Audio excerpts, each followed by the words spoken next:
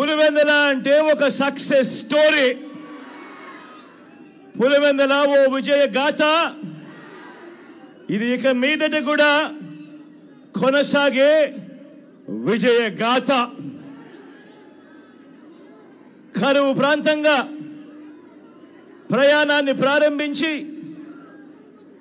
ఎక్కడో కృష్ణానది, ఆ కృష్ణానది నీళ్లు ఈరోజు మన పులివెందుల్లో కనిపిస్తూ పులివెందుల అభివృద్ధి బాటలో ఇవాళ పరిగెత్తా ఉంది అని అంటే,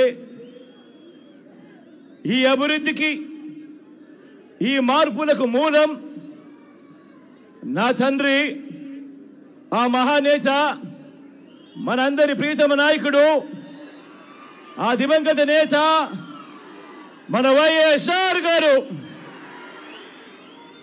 నాన్నగారైతే ఆయన వేసిన 2 అడుగులకు తోడు మీ జగన్ మరో 2 అడుగులు ముందుకు వేసింది ఈ 58 నెలల కాలంలోనే అని చెప్పి కూడా సగర్వంగా సవినయంగా తెలియజేస్తా ఉన్నా. పులివెందులలో ఏముంది అని ఒకప్పుడు అడిగితే, పులివెందులలో ఏమి లేదు చెప్పండి అని చెప్పి ఇవాళ తిరిగి అడిగే స్థాయికి ఈ పట్టణాన్ని, మన నియోజకవర్గాన్ని మార్చుకుంటూ ప్రతి అడుగు వేశాము.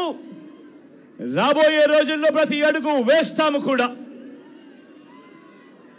ఒక్కటి గమనించండి, మన పులివెందుల, నా పులివెందుల, మనందరి పులివెందుల మనకే కాదు మన రాష్ట్రానికి కూడా ఎంతో ఇచ్చింది.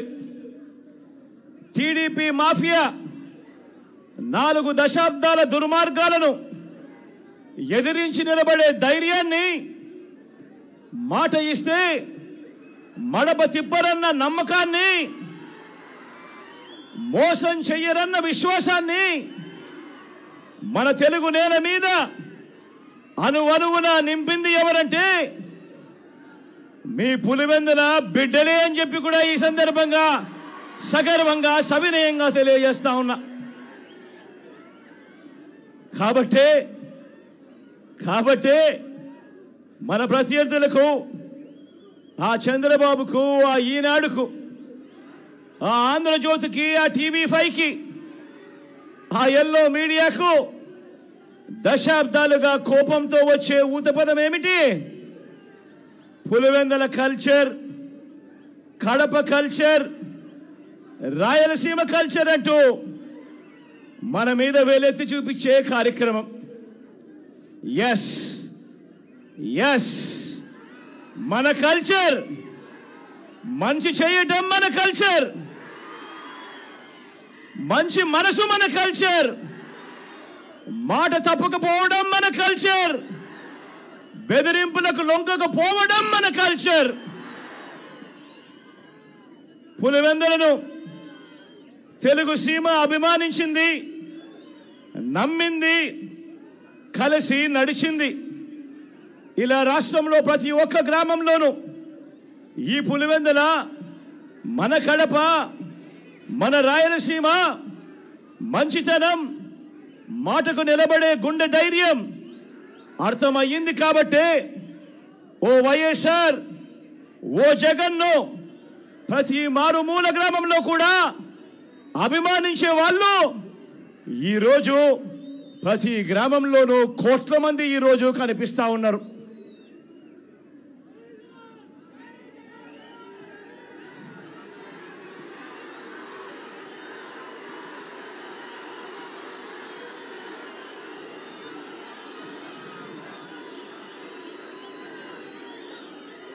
అదే సమయంలో ఓ వైఎస్ఆర్, ఓ జగన్ల మీద లేనిపోని ముద్రలు వేసి దెబ్బ తీయటానికి ఓ బాబు, ఓ ఈనాడు, ఓ ఆంధ్రజ్యోతి, ఓ టీవీ5, ఓ దత్తపుత్రుడు, ఓ వదినమ్మ, వీరంతా ఎంతో దుర్మార్గంగా ప్రయత్నిస్తున్నారు. మీరే చూస్తున్నారు కదా. వీరి కుట్రలను మీరందరూ కూడా చూస్తున్నారు కదా. వీరికి తోడు ఈ మధ్యకాలంలో కొత్తగా వైఎస్ఆర్ వారసులమని మీ ముందుకు వస్తా ఉన్నారు. వారి కుట్రలో భాగంగా నేను అడుగుతా ఉన్నా ఈరోజు మీ అందరి సమక్షంలో, ఆ మహానేతకు ఎవరు వారసులో చెప్పాల్సింది ఎవరు అని అడుగుతా ఉన్నాను. చెప్పాల్సింది ఎవరు అని అడుగుతా ఉన్నా. ప్రజలు కాదా అని అడుగుతా ఉన్నాను. ఆ వైఎస్ఆర్ని ప్రేమించేవారు కాదా అని అడుగుతా ఉన్నాను. ఈ సందర్భంగా మీ అందరితోనూ కూడా ఒక్క విషయం ప్రతి ఒక్కరిని కూడా ఆలోచన చేయమని కోరుతా ఉన్నా. ఆ దివంగత మహానేత మీద, నాన్నగారి మీద కక్షపూరితంగా, కుట్రపూరితంగా ఆయన చనిపోయిన తర్వాత ఆయన మీద కేసులు పెట్టింది ఎవరు? ఆయన కుటుంబాన్ని టార్గెట్ చేసింది ఎవరు?